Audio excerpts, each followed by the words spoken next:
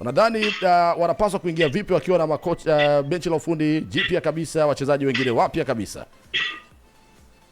Nadhani mimi kwangu kikosi cha Yanga kama nilivyosema, mwalimu haitakiwa akibadilishe sana zaidi. Kama akitaka kuingiza machaguo mapya, labda unaweza ukaanza na Sharulile na Zakuani, lakini wachezaji wengine wale wote wa zamani inatakiwa mwalimu aanze nao. Maana inaweza nikasema labda golini anaweza akaanza na Diala, Kurubeki akaanza na Yao Kwasi, kushoto akaanza na Boka, katikati pale akaanza na Mwamnyeto na Baka, hapo middle pale akaanza na Abuya, winga Maxi, midfield akaanza na Mudasiri, striker akaanza na Sharulile, namba 10 akaanza Okelo, namba 11 akianza na Zakuani.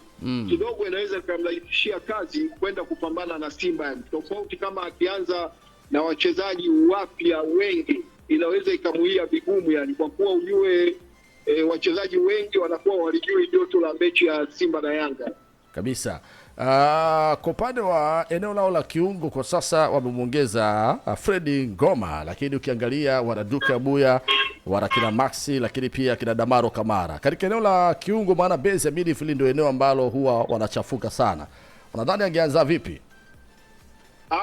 Fredi Ngoma ni mchezaji mzuri, lakini kwangu mimi naweza nikasema kwanza hii mechi inatakiwa kwanza aanzie nje, angalau aanze Duke Abuye na kina Maxi na Mudasiri. Manake undio ukisema umwanzishe Fredi Ngoma inaweza ikamuia ngumu, yani kusoma mchezo wa Simba na Yanga huo unakuwa na uzito wa aina gani. La sivyo akicheza vizuri inaweza ikawa okay, lakini kama akikosea kwenye dabi ya Yanga na Simba inaweza ikawa ameanza na mguu mbaya, baadaye inaweza ikaanza kumharibia hata kwenye mechi zake zinazofuata, ikawa inampa tension na ikamfanya yani akakosa confidence.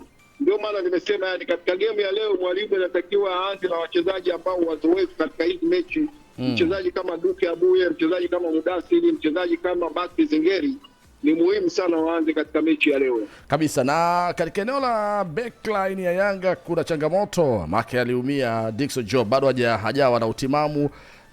Lakini pia unamwona Bakari Mwamnyeto akicheza na Ibrahim Baka. Kumekuwa kuna mistake ndogo ndogo, kwa maana zile errors, individual errors ambazo tulikuwa tukiziona pia kwa Mwamnyeto, kwa Baka.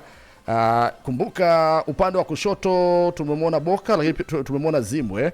Lakini pia upande ule wa kule tumemwona Yao Kwasi ya Tola. Kule kwa upande wa Simba kuna Libase, kuna Aniseti Ura, watu wanaopiga sana pressure. Kuna Mpanzu pale, tunajua kasi yake. Unadhani katika eneo la ulinzi Young Africans wajiboreshe vipi katika mechi hii?